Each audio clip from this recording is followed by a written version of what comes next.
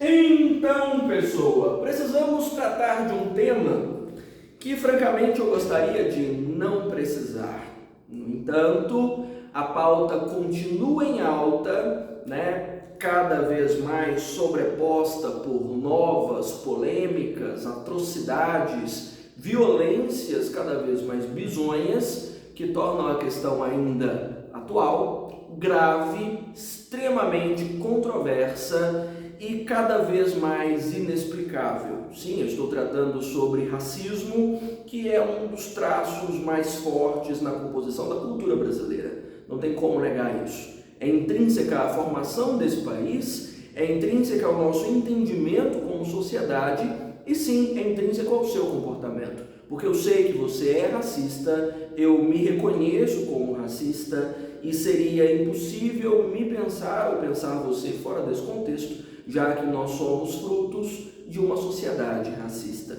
Nós somos o reflexo da sociedade onde nós surgimos e negar isso, cortar isso, é um dos desafios em que a maioria não conseguiu sucesso. Desconfio que nem eu nem você conseguimos também, porque na maioria das vezes ou nos apoiamos ou nós silenciamos, né? Enfim, silenciar, apoiar são formas de violentar também. Então, nós estamos acompanhando nos últimos tempos atos cada vez mais atrozes que só remontam mesmo à história do que esse país perpetua. Bom, precisamos aí desenvolver umas matrizes argumentativas para problematizar isso nas redações, né? Tanto o racismo propriamente dito, nas suas matrizes de violência, de injustiça social e de ilegalidade, até os vieses mais modernos de discussão, no que diz respeito, por exemplo, ao racismo recreativo ou ao racismo ambiental, que são formações um pouco mais contemporâneas, pelo menos dentro dos debates sociais, né? Vamos lá tentar estabelecer aqui umas matrizes, umas teses, uns repertórios. Bom, no que diz respeito à origem desse processo, para você contextualizar na sua introdução, eu acho que não tem como eu começar isso aqui sem citar o legado colonial na composição do Brasil contemporâneo. O que eu quero dizer? Eu quero dizer que as nossas heranças como colônia nos acompanham como sombras até o Brasil contemporâneo. Infelizmente, embora nós tenhamos mudado o status do Brasil, não mais de colônia, mas de país independente, a nossa alma, a nossa essência ainda é colonial. E nós somos, segundo Sérgio Buarque de Holanda, uma das poucas nações independentes que não conseguiu quebrar os valores da colônia de formação. Sim, nós somos um país independente, em processo de industrialização, orgulhosos do nosso desenvolvimento científico, das nossas matrizes hoje de composição urbana e civilizada, mas que guarda ainda um pé, né, no latifúndio, um outro pé nas capitanias hereditárias e mais não sei quantos pés na formação do império escravocrata, explorador, sanguinário. Sim, somos isso ainda. Então, o senhor Sérgio Buarque de Holanda, talvez o maior nome da historiografia brasileira, discute que, de fato, nós não conseguimos quebrar essas heranças, romper com os valores dessa estrutura social. E o fato de nós não rompermos com esses costumes, com esses traços de formação cultural, faz com que racismo seja perpetuado como se nós estivéssemos, sim, numa sociedade escravocrata. Estava vendo agora há poucos minutos antes da aula, que no sistema Android estava liberado um aplicativo de um joguinho para você simular um sistema de escravidão, como se você fosse dono de escravos. E aí você ganhava mais pontos e evoluía no jogo quando você conseguisse comprar mais escravos ou torturar mais os escravos que você tem. Eu estou rindo de nervoso porque é tão absurdo. Nós estamos no século XXI e existe um joguinho para celular que simula um sistema escravocrata. A gente não precisa do joguinho no celular, né? Nós vivemos isso nas ruas, nós vivemos isso nas escolas, nós estabelecemos relações de trabalho assim. Então, nós ainda somos a velha colônia de Portugal, cuja mão de obra é escrava e preta. Estamos ainda nesse modelo de sociedade. Não adianta você tentar achar que o fato de alimentar uma treta politicamente correta no Twitter mudou essa sociedade. Não mudou. O fato de você, sei lá, ter postado uma foto preta no seu Instagram tenha tornado essa sociedade mais esclarecida ou mais consciente. Não fez. O fato de você achar que é militudo e que consegue defender grandes pautas na internet não mudou a forma como as pessoas vivem, como elas são relegadas à margem, como elas vivem nas piores condições possíveis para um ser humano. Não mudou o status de favela como a ponta do mundo que faz fronteira com o inferno. Não mudou o fato de negros serem hoje a população predominante dentro do sistema penitenciário, e não significa que negros cometam mais crimes, significa que eles são julgados como criminosos antes mesmo de haver uma sentença. Não muda o fato de hoje mulheres negras serem as que ganham menos nesse país e serem o alvo maior das violências. Não muda o fato de o emprego doméstico, velho emprego doméstico, emprego de casa, ser ainda a fonte da escravidão moderna mais comum. Não muda nada. A sua treta no Twitter, na rede social, só te faz parecer mais bocó, mas não transforma a sociedade. Nós ainda somos uma colônia, não mais governados por Portugal, mas ainda com a alma do senhor escravagista, né? Mantivemos, não conseguimos romper, embora contra esse legado colonial nós tenhamos erguido uma democracia lindíssima, ancorada numa Constituição maravilhosa desde 88, pautada por princípios de justiça social e de cidadania, a nossa prática nem de longe aproxima desses valores. Isso me faz lembrar do que Immanuel Kant chama de debilidade moral, caso você queira usar. Ou seja, nós estabelecemos princípios morais elevadíssimos com a promulgação da Constituição, mas uma prática de vida mesmo cotidiana mesquinha, individualista, racista, preconceituosa até o último fio de cabelo. Então, não houve lá grandes transformações. Então, a raiz deste país é uma raiz racista, eugenista, né? Neonazista, talvez, por que não? Somos isso ainda, infelizmente somos isso, né? Bom, como eu posso trazer teses que sustentem essa discussão ao longo do desenvolvimento? Eu acho que a primeira grande interrogação que fica na cabeça de qualquer pessoa que usa o cérebro para pensar é como um comportamento brutal de violência, de preconceito, de segregação pode ser encarado como normal dentro de uma sociedade como essa, com um desenvolvimento intelectual e científico tão medonho como esse, já que nós passamos por 4 revoluções industriais, por 2 grandes guerras, por transformações absurdas na base da formação política, econômica e social. Como é que permanece? Bom, permanece porque é inevitável que comportamentos brutais, violentos, quando são repetidos dentro de um modelo de sociedade como o nosso, tendem a ser normalizados, tendem a ser aceitos como normais, por mais degradantes que pareçam. Então, nós repetimos esse padrão de comportamento ao longo de muitos anos. Para você ter uma noção, até os anos 70 do século XX, aceitava-se perfeitamente que a fisiologia da pessoa preta a condicionava para a submissão e para o trabalho. Sim, até os anos 70 do século XX havia um amparo da ciência para justificar o processo do escravagismo que foi perpetuado nesse país por séculos. Normalizamos.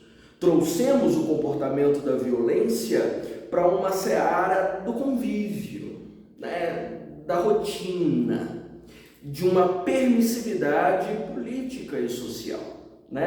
Até o final do século XIX para a virada do século XX, a craniologia fazia parte dessa sociedade. Para você que não sabe que bizarrice é essa de craniologia, craniometria, é que eles avaliavam que a formação do crânio de uma pessoa negra provava que as capacidades intelectuais dela eram limitadas à subserviência, que a condição da pessoa negra, da sua formação mesmo física, colocava essa pessoa como escrava, como subserviente, era a única coisa que ela era capaz de fazer. Sim, eu estou falando de um século atrás, só do ponto de vista histórico, um século é nada. Até os anos 70, como eu estou dizendo, o aval científico para isso ainda existia. Então, nós trouxemos esse valor repetido, reforçado, valorizado e considerado comum dentro da cultura e do modelo político até quase o final do século passado. 50 anos atrás, no máximo, tudo isso era perfeitamente normal. Como é que você quer que as pessoas agora comecem a achar tudo estranho e tudo desnecessário e mudar o comportamento da água para o vinho de uma hora para outra? Não acontece. Então, digamos que uma das primeiras grandes teses para tratar sobre racismo ou qualquer outra matriz de preconceito está embasada no processo de banalização, ou seja, dessa progressiva normalidade que inclui os comportamentos dentro de uma formação de cultura, dentro de uma matriz moral, inclusive dentro do Código Moral. A Igreja Católica teve uma responsabilidade gigantesca, porque ela deu o aval. Você precisa ter compaixão, solidariedade e amor ao próximo, desde que o próximo seja branco. Se o próximo for negro, ele é a mobília da casa, ele não é gente, Igreja Católica, sim. Cultura, moral, ciência, política, todos deixaram claro que esse comportamento era aceitável, era correto, estava tudo bem. Então isso faz com que esses comportamentos não sejam percebidos mesmo como comportamentos ruins. Passa a ser comum.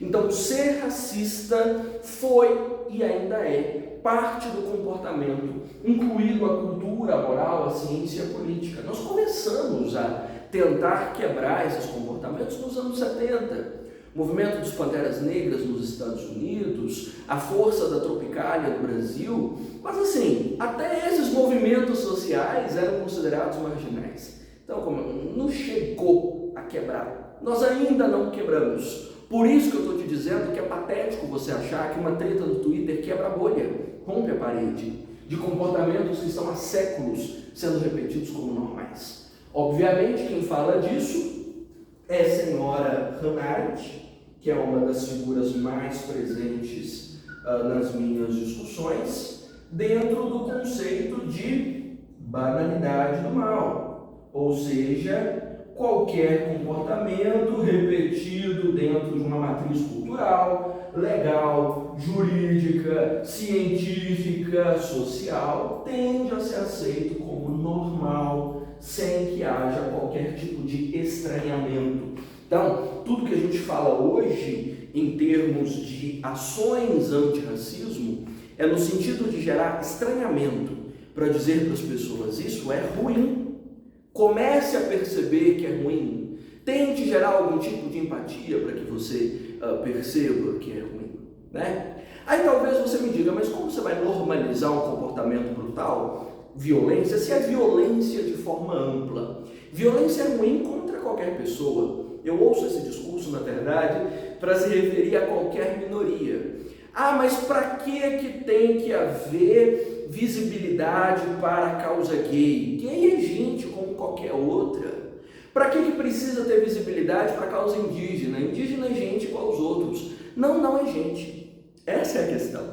Nós não enxergamos as pessoas negras como gente, nós não enxergamos gays como gente, nós não enxergamos índios como gente. Há um processo dentro dessa formação de cultura, de moral, de ciência, de política, de desumanização de grupos minoritários. Isso é visível, é claro. Acabei de te dizer que o princípio religioso considerava o negro como parte da mobília. Aristóteles, séculos antes da evolução do catolicismo, já tinha dito isso. Dentro de outro contexto político, é verdade, mas já tinha dito. Então, junto com essa banalidade do mal, caso você queira aproveitar ou trocar o conceito, a mesma Hannah falou do processo forte de desumanização de minorias. Se essa minoria não se comporta como eu, não convive nos espaços que eu convivo, não participa dos valores que eu comungo, é óbvio que elas são consideradas menos gente. Por isso existem tantos movimentos sociais para trazer visibilidade para essa ou para aquela minoria. Por que se precisa falar dos direitos da pessoa gay no Brasil? Porque nós somos menos gente. A nossa condição é inferior enquanto indivíduo, porque o nosso comportamento é considerado pervertido, é considerado irregular, é de alguma forma um desvio da norma. Nós somos menos. Quer dizer que a vida vale menos da comunidade gay. A mesma coisa vale para o povo negro brasileiro, a condição dele é menor, porque eu estou até te dizendo que cientificamente provavam que a condição de uma pessoa negra era inferior, do ponto de vista intelectual principalmente. Então, mortes e tortura de pessoas negras nunca foram consideradas mortes humanas, ou tortura contra gente. Era contra negro, é menos gente. É menos humano, então pesa menos na alma, no karma, na culpa, né? Matar, torturar, violentar é menos, porque esses grupos são desumanizados. A violência policial contra a população negra no Brasil é menos violência, choca menos. O deboche, o preconceito, a piadinha contra a pessoa negra dói menos, porque é menos gente, então a dor é menor, você entende? Por isso boa parte dessas violências são autorizadas, e não se vê muito mal em fazer uma piadinha de preto aqui ou acolá, distribuída nas redes sociais, seja lá por qual humorista for, porque é menos gente, incomoda menos. Você não está fazendo piada com as pessoas, você está fazendo piada com o preto, está tudo bem, mais ou menos isso, né? É a mesma lógica que justifica a criança preta morta de bala perdida ou de bala achada, né? Nos morros cariocas ou paulistas, por ineficácia, por inépcia policial, simplesmente porque ele não percebeu o que estava fazendo, porque é gente preta, não importa. Né? A criança preta tem um valor de vida muito menor e causa muito menos comoção política ou social do que uma criança branca. Está no mesmo nível. Sim, eu estou comparando uma piada contra pessoas pretas com um assassinato de uma criança preta na favela, porque são violências. E a violência perpetrada de forma branda, numa microagressão, pode se transformar numa grande violência, numa morte ou numa barbaridade, assim, no estalar de dedos. Por isso a gente tenta conter as pequenas violências, porque elas se convertem em grandes violências sem que você perceba. Então, grupos desumanizados tendem a, vamos dizer, ter violências autorizadas, né? O Brasil é um dos países que mais produz violência contra negros, o Brasil é o país que mais mata travestis e transexuais, o Brasil já produz um genocídio contra comunidades indígenas desde 1532, todos menos humanos, todos sub-humanos, infra-humanos, desumanizados. É menos gente, comove menos. Ou simplesmente banalizou, normalizou, a ponto de nós nem percebermos que existe um problema. Né? Grave, extremamente grave, mas é Brasil, né? É Brasil, acho que a primeira fonte de inconformismo ou de estranhamento é perceber o quão bizarro é o nosso comportamento. Assumir, sim, nós permitimos violências, nós autorizamos violências, nós silenciamos para violências. Percebeu? Sim, você é o carrasco nesse momento. O sangue está na sua mão. Agora trate de evitar que mais sangue seja derramado. Já estou te sinalizando para uma intervenção. É um processo de estranhamento que nós precisamos gerar, né? Bom, uma segunda tese possível, que eu creio que já deve estar pipocando aí na sua cabeça, é a sua resposta a tudo que eu estou dizendo, principalmente se você for racista, que eu estou imaginando que seja. Ah, mas tem pessoa negra sendo respeitada e incluída desde que ele se comporte direitinho, né? Vou usar a expressão que usava no passado, desde que ele tenha alma branca, tá tudo bem, né? Eu sei que você pensou isso em algum momento da sua vida.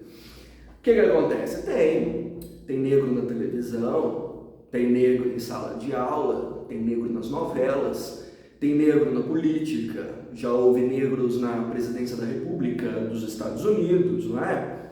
Tem por toda parte. A pergunta que eu te faço é, primeira, quantos? A segunda pergunta que eu te faço é, mudou o quê? Não é representatividade, é ilusão, né? A esse fenômeno nós chamamos dentro do cenário global de tokenismo, que vem mesmo de token, símbolo, simbólico, certo? Isso ocorre basicamente com todas as minorias mundo afora. E adivinha quem falou sobre tokenismo há alguns anos atrás? Um homem negro, né? Que lutou inclusive pelo direito da comunidade negra. Martin Luther King, acredito que você já tenha ouvido falar, né? Foi um dos primeiros a falar sobre isso. Martin Luther King estava falando sobre quem? Da época dele, ele estava falando da Ella Fitzgerald, por exemplo, mulher negra, cantora de jazz, respeitadíssima no mundo das artes, do entretenimento estadunidense. Aí eu te pergunto, a presença de uma Ella Fitzgerald na música americana mudou o que nas ações da Ku Klux Klan? Mudou o que na perseguição policial contra a comunidade negra? Mudou o que no apartheid vivido nos Estados Unidos até recentemente? Mudou o que na percepção sobre a pessoa negra no mundo? Você entendeu? O fato de ter incluído uma pessoa, de alguma forma, para amenizar a nossa culpa branca, né, do sangue que nós carregamos nas mãos, não transforma a realidade. Só acalma os ânimos para dizer, a gente está fazendo alguma coisa. No Brasil temos grandes figuras, nós temos Lázaro Ramos, Thaís Araújo, não é? Na teledramaturgia, tivemos uma Glória Maria no jornalismo, emblemática, não é? Temos algumas figuras importantes. E eu te pergunto, mudou o quê? O fato de haver uma Glória Maria no jornalismo significa que mais mulheres negras são vistas como intelectuais ou mulheres de sucesso? Ou elas ainda são relegadas à faxina e à cozinha? O fato de haver Thaís Araújo e Lázaro Ramos na teledramaturgia significa que menos negros são condicionados aos espaços de favela ou a condições subhumanas sem saneamento básico no Brasil? Mudou alguma coisa? Então, esse é o grande ponto. Nós vivemos uma ilusão de inclusão, uma ilusão de transformação social. E essa ilusão, infelizmente, faz com que nós nos tornemos mais acomodados, mais conformistas. Ou para a grande maioria da população é a crença de já fiz o que precisava fazer. Eu não sou racista, eu gosto da Thaís Araújo. Eu não sou racista, eu, sei lá, escuto Beyoncé. Eu não sou racista, eu vi as novelas da Camila Pitanga. Era ou não era? O fato de haver uma não mudou a realidade de todas. E aí, no meio disso, meu senhor, minha senhora, no meio desse tokenismo, dessa inclusão simbólica, como eu estou dizendo, ainda existem vieses e mais vieses que uma aula só não consegue responder. Veja, questão grave aqui no meio. Preconceito racial no Brasil não é racial, é fenotípico. Nós temos sérios problemas com a aparência da pessoa preta, principalmente se o fenótipo dela indica traços negros. Você sabe do que eu estou falando, sabe? O tom da pele, o formato do nariz, o tamanho dos lábios, a textura do cabelo. Isso. Aí eu te pergunto, de pessoas negras de sucesso ou de grande visibilidade, de grande carisma e inclusão, nós temos esses traços fenotípicos realmente característicos da pessoa negra, ou nós temos um apagamento desses traços dentro desse processo de inclusão? Vai dar uma olhadinha no rostinho delicado da Thaís Araújo. Tem traços fenotípicos característicos das comunidades negras brasileiras? Vivências, então? Traços culturais, vínculos religiosos? Não. Você não vê aí Thaís Araújo falando sobre a Umbanda e o Candomblé, que são matrizes da formação afro-brasileira, né, da matriz negra desse país. Thaís Araújo não tem nariz largo, lábios canudos, que são traços fenotípicos fortes. Thaís Araújo não é retinta, é uma negra de pele clara. A mesma coisa sobre Beyoncé, que inclusive há pouco tempo a maioria nem acreditava que era negra de fato. Apaga. Assim como distorceram a foto de Machado de Assis para nós acreditarmos ao longo do tempo que ele era branco mesmo. A gente acreditou que Machado de Assis era branco, porque é intelectual, né? Preto não pensa, preto carrega pedra, não é assim? Intelectual não pode, a gente branqueou. Então há um processo até no tokenismo de branqueamento. A figura da Ella Fitzgerald, por exemplo, raramente era vista, você sabia disso? A gente ouvia, na época, a gente não, porque eu não era nascida ainda, mas Ella Fitzgerald vendia discos, não shows. Sabe por quê? Porque Ella Fitzgerald era uma mulher preta, gorda, com traços fenotípicos negros muito fortes, muito característicos. Ninguém queria ver Ella Fitzgerald, queria ouvir a voz doce de Ella Fitzgerald. Mas ver uma mulher preta, gorda, característica da matriz africana, não, feio, né? Desagradável, isso nós não queremos. Não é à toa, por exemplo, que Ella Fitzgerald tinha um sonho de cantar numa das casas de show mais importantes de Nova York e nunca conseguia espaço, mesmo sendo muito prestigiada e vendendo muitos discos nos Estados Unidos. Só que a Ella Fitzgerald era muito amiga de Marilyn Monroe, que provavelmente você já ouviu falar. E a Marilyn Monroe foi até essa casa de shows e prometeu para o dono da casa de shows que se Ella Fitzgerald cantasse lá, ela iria todos os dias aos shows e se sentaria na primeira fila. Foi o que fizeram, contrataram então Ella Fitzgerald para ter Marilyn Monroe na primeira fila. E ela foi a todos os shows. A história digna de aplausos, de orgulho? Não, de maneira alguma. Ella Fitzgerald cantou nessa prestigiada casa de shows porque uma mulher branca, loira e hipersexualizada estava na primeira fila, não pela gorda preta. E é isso ainda que nós temos Brasil afora, até hoje, né? Não estou contando uma história de Brasil, é dos Estados Unidos, mas poderia ter acontecido em qualquer lugar desse país, em qualquer estado, e seria uma história perfeitamente crível, porque é isso que nós somos ainda. Nós incluímos simbolicamente, nós incluímos enquanto matamos milhões nas favelas, nas periferias brasileiras, e nós incluímos aqueles que nós queremos ver, aqueles cujo fenótipo não é por nós considerado feio, Nós não queremos cabelos crespos, nós não queremos cabelos afro, nós não queremos nariz largo, nem lábios carnudos, né? Nós queremos os traços que lembram a branquitude. Nós queremos branquear os negros para que apareçam. É o que mais existe por aí. E aí você encontra raríssimas exceções para contar nos dedos de uma mão de pessoas negras cujos traços fenotípicos são fortes da comunidade negra e que têm visibilidade, reconhecimento ou carisma aplaudidos por aí. Porque carisma está diretamente relacionado à beleza. E quando eu digo beleza, é aos traços europeus considerados bonitos, né?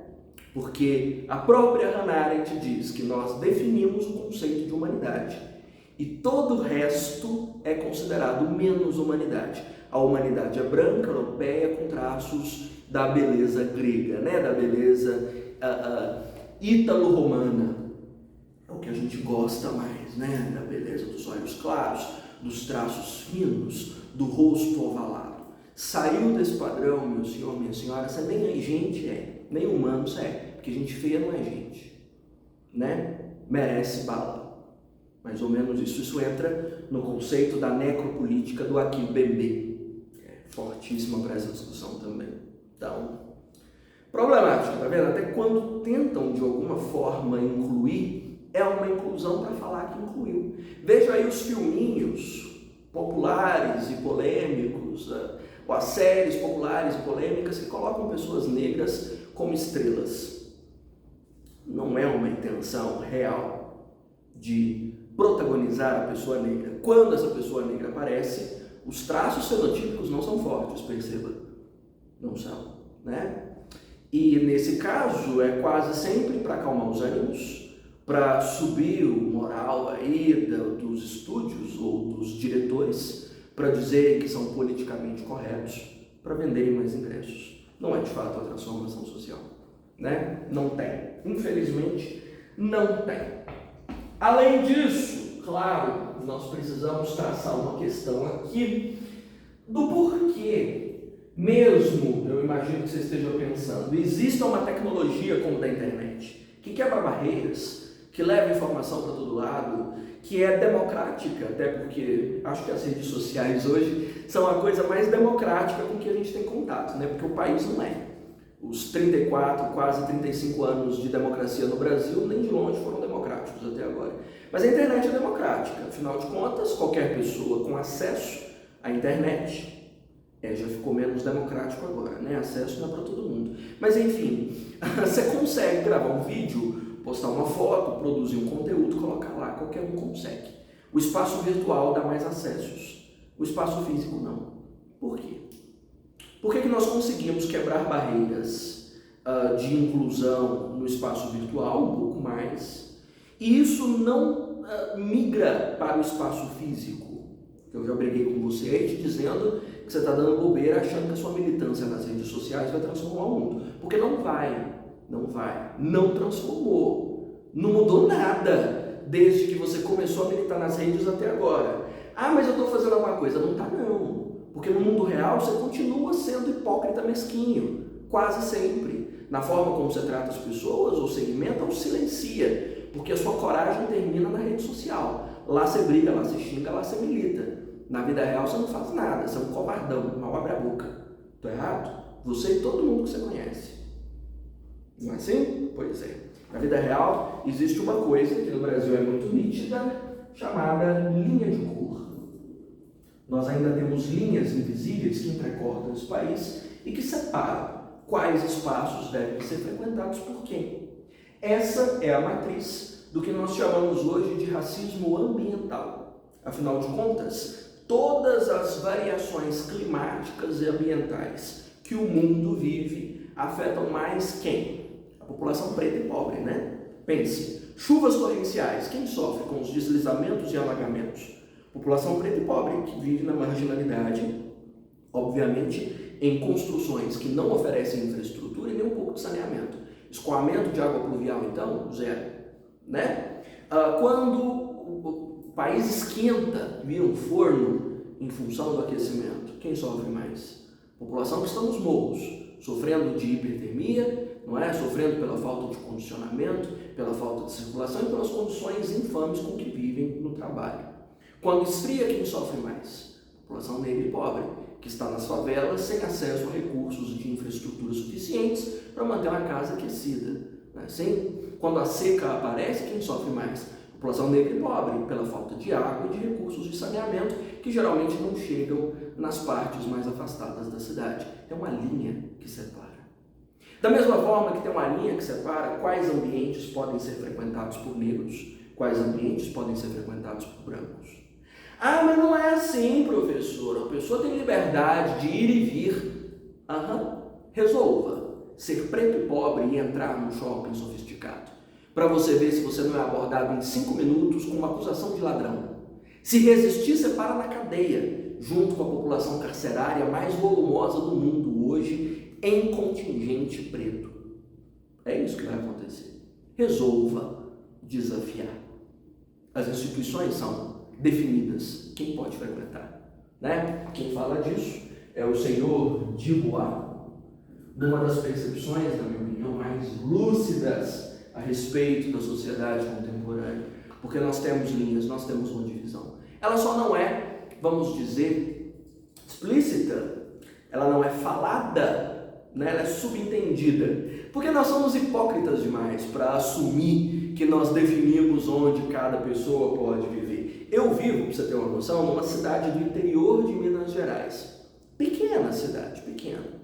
E mesmo sendo uma cidade pequena, com um desenvolvimento econômico nem tão grande assim, razoável, né? O agronegócio aqui é o que movimenta mais, eu sei exatamente em quais bairros a população negra vive e pode ficar, em quais bairros e locais e regiões da cidade a população branca vive.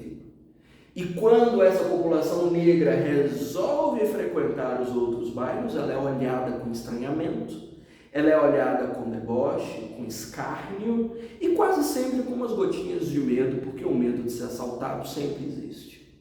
Não é assim? Nós temos um jeito de encarar essas pessoas e de enxergar a existência delas diferente do resto, né? Eu digo até pela forma como os negócios aqui são distribuídos e o tipo de acesso à população negra é quase sempre a população pobre.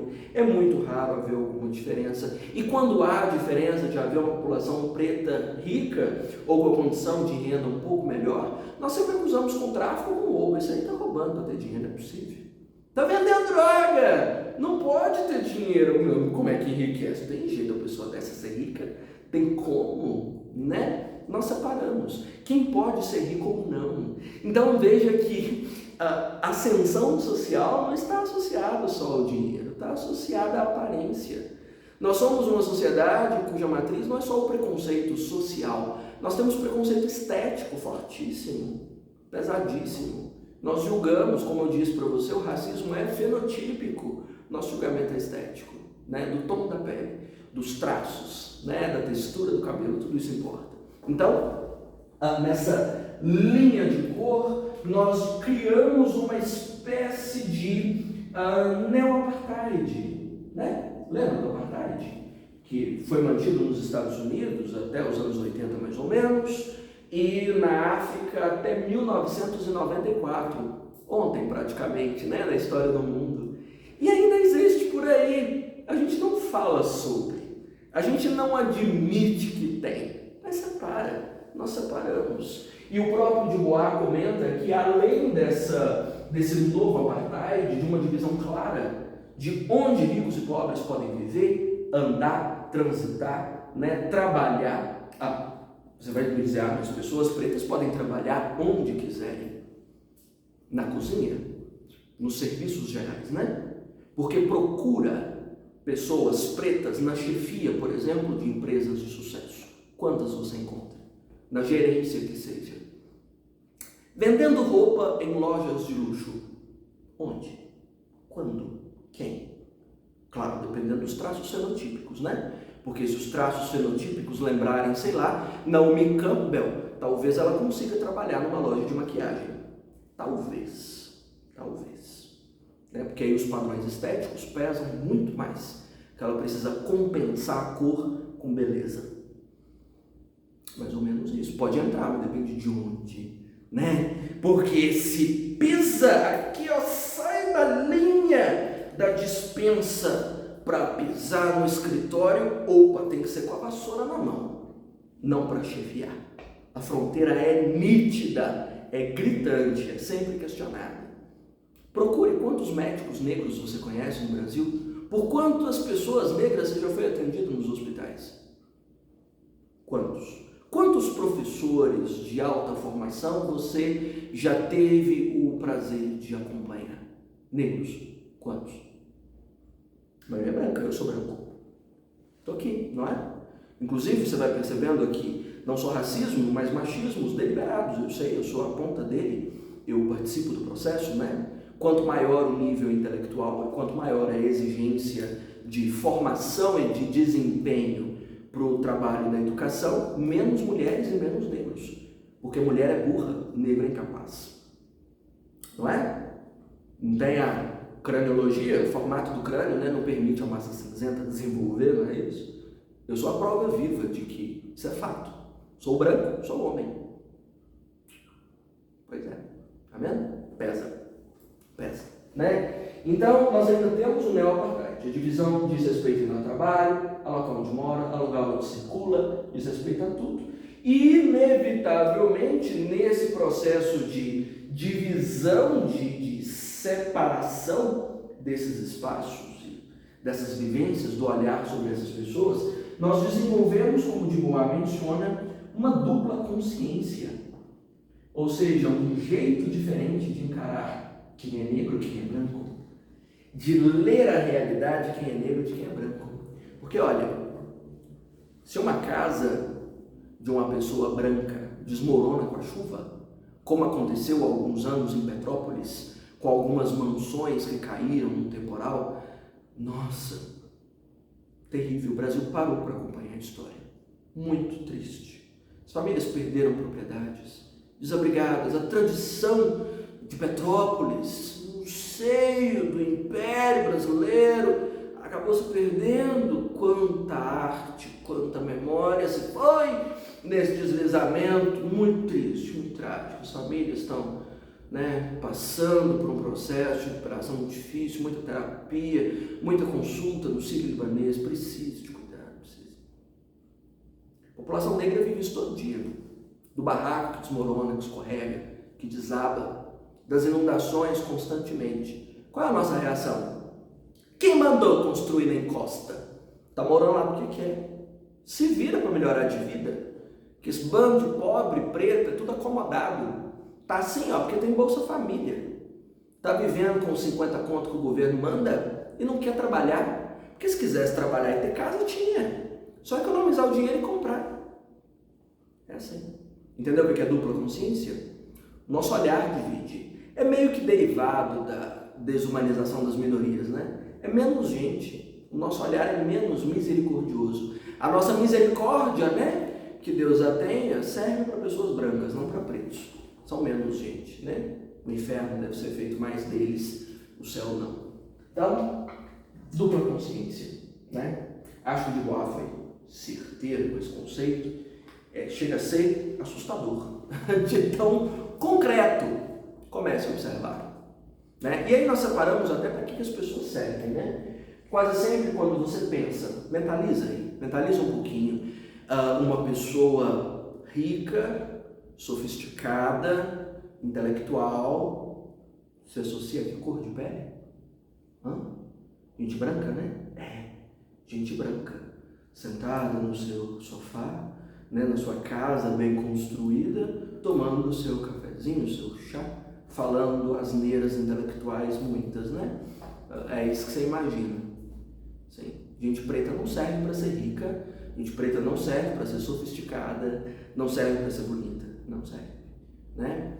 Mas agora, se você, por exemplo, for pensar como a pessoa preta se encaixa nesse espaço, como é que ela se encaixa? Limpando o chão, servindo esse chá, esse café, não é assim? Ou falando alguma bobagem para os patrões rirem, não é assim?